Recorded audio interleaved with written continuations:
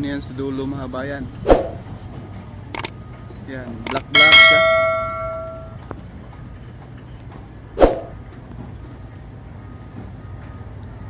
Yan. Ang daming manpower, grabe. Bukod rito, hanggang doon na po sa Karugtong daw di umano to mga bayan sa may tulyahan.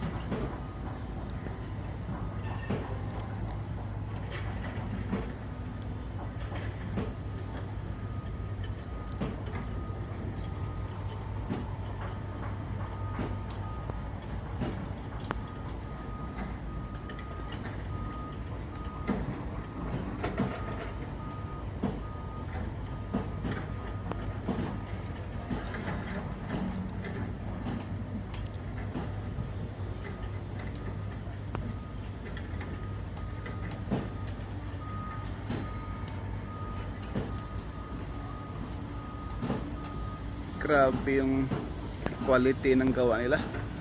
Yan ang simento mga bayan, no? May PVC pa nakaano kung saan yung PVC na yan, dyan yung tubig dadaan. Yan, no? Yan, kita niyo yung quality niya mga bayan. Maria Josep. Bakal pa, ang lalaki. Oh?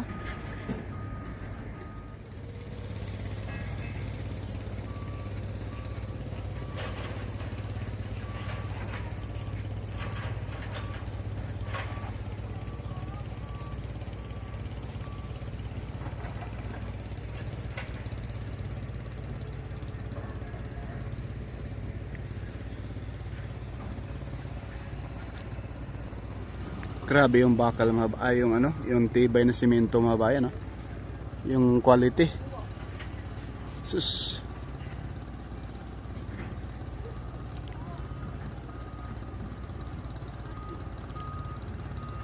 Ang lupit talaga pag Japanese contractor.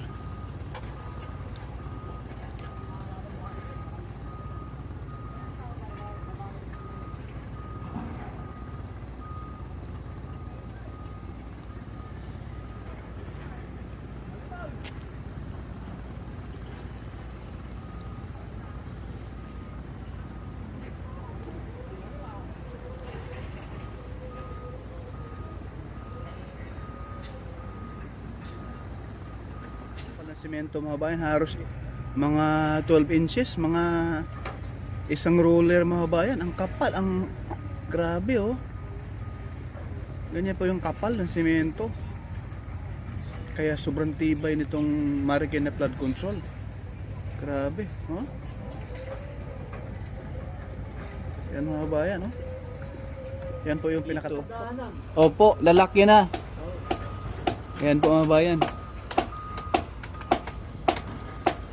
Umpisa na nga yung bakal doon, no? Doon kuya? Oo, sabungan.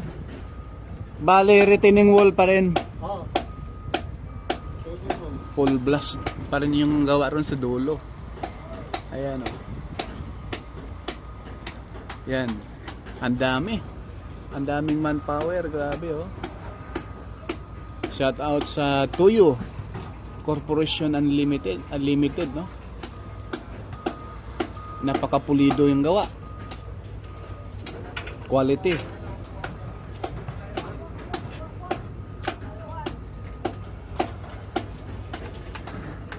Hello sir. Okay na to, pasok na to.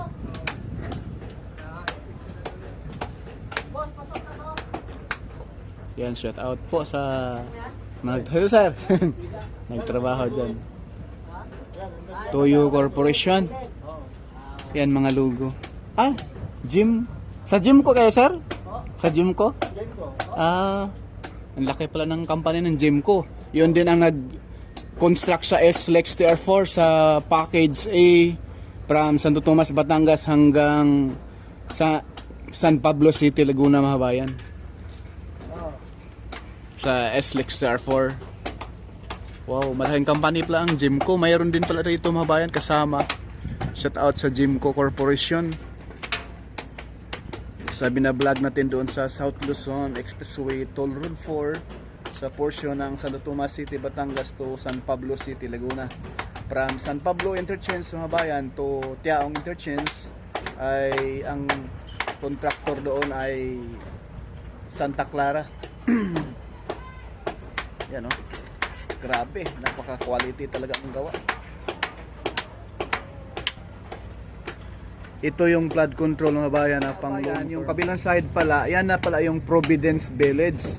Nung kasagsagan ng Ondoy, may isang artista dyan na yung bahay nila ay ano na, lubog na sa tubig. Yan, Providence Village mga bayan.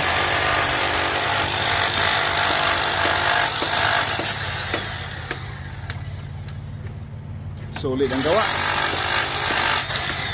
Paldo, hindi talo ang sambayan ng Pilipino sa gawa ng Japanese contractor. Shout out sa lahat, no?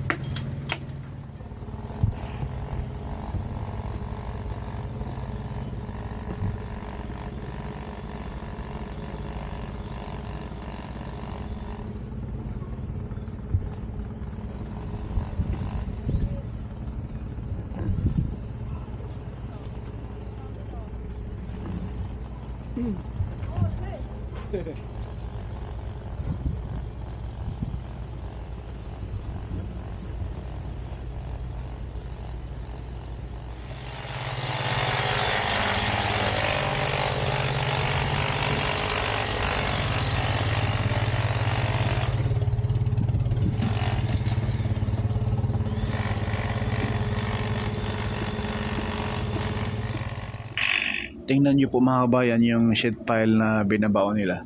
Kita nyo yung tao. Halos mas malaki pa sa tao mga kabayan at grabe yung kapal niyan. Ang baon niyan ay nasa 22 meters. Ang taas niyan mga kabayan. Mas mataas pa dito sa mga kabayan sa rito, no? Dito sa portion ng Santulan ito mga kabayan. Kaganina doon tayo sa Kalumpang, no? Marikina, doon sa Marikina City tayo. Ngayon bumaba tayo rito sa mismong Barangay Santulan, Pasig na ito. At maya pupunta tayo doon sa mismong Eastwood area. Pero sa side pa rin sa Pasig. Kita nyo yung machine? Ayan o. Ayan mga bayan o. Ayan, ibabao na yan ngayon. Umuusok yung mismong seed pile na nabao na. Ayan o. Grabe yung usok. Siguro mga bato yung ilalim yan. So yung mga bahay na pamilya na wala ng bahay rito mga bayan na kung saan na-demolish yung kabahayan nila, dito po sila titira. Ayan na po, pinagawa ng local government ng Pasig. Ayan o, condominium style po yan mga bayan. Yung bahay nila dati ay squatter, ngayon ay social na. Condominium na mga kabayan. Sana all. So ayan po, ayan lang po yun o. Halos 2 hakbang lang Marikina River na. Kung saan dito sila nakatira kasi nilaparan nga itong Marikina River mga bayan para hindi na siya aapaw pag may bagyo, no? May malakas na ulan kasi umaapaw kasi ng tubig dito mga bayan. Ito ay bagsakan talaga ng tubig. Kagandahan pa, hindi na sila makatayo ng bahay dyan katabi ng retaining wall. Yung kulay puti na parang ano yun mga bayan, yan po ay retaining wall na. Ay tapos na po siya. So ngayon magkakaroon siya ng kalsada dyan para hindi siya matayuan ng mga bahay ulit. Sigurado pag hindi lagyan ng kalsada yan ay sigurado mamutik-tik na naman yan ng squatter dyan mga bayan. Talagang ang mga basura niyan ay hindi may iwasan na magtapon dyan sa ilog. Sigurado. So tama ito na lalagyan ng kalsada. Maigi mga bayan yung rebars. 2 layer na rebars. At saka 2 buhos din po yan. No? Ganyan katibay gumawa ang Japanese contractor. Yung nabalitaan natin doon sa Ilocos na yung mga sira na mga flood control doon ay yung ilalim walang, puro buhangin lang, walang bakal kahit isang peraso. Ganon din po doon sa Mindoro, Occidental Mindoro. Yung seat pile na binao nila ay nasa ano lang 6 meters ba yun? Ito mga bayan ay nasa 22 meters ito. Tapos ang lalaki pa. Tsaka ang likod pa ng seat pile mga bayan ay grabe yung bakal. Ganun po katindi itong Japanese contractor. Kaya message po ng ating mga bayan ito. Ito yung message ni Ma'am Lodi Mildolalas, no? Ayan mga bayan, no? Yan po yung mga saloobin ng ating mga bayan, Sir Chris. Ayan pa.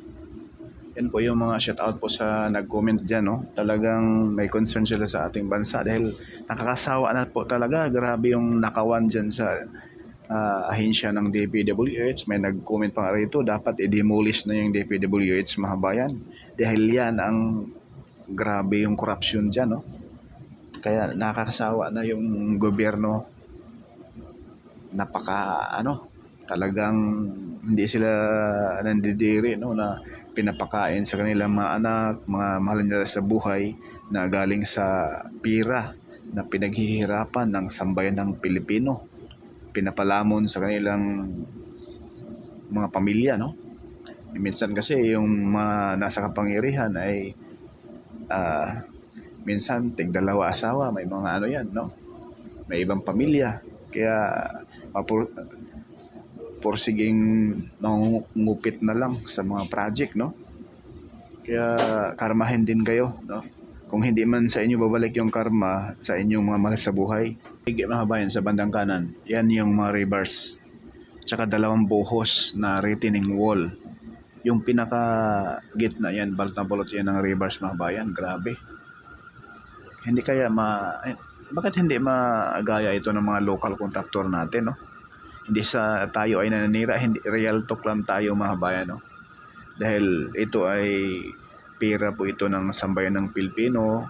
Sambayan ng Pilipino naghirap dito, dugo at pawis natin, tapos malaman lang natin na ninanakaw yung pundo sa mga ghost project, no? Yan po mga bayan, no? Grabe. Kita nyo naman yung rebars, Diyos ko po. In Jesus name na lang. Kaya hindi natin masisi yung ating ibang mga kababayan na gusto na Japanese contractor na lang ang gagawa, i-demolish na di umano ang DPWH. Comment down below mga kabayan, no?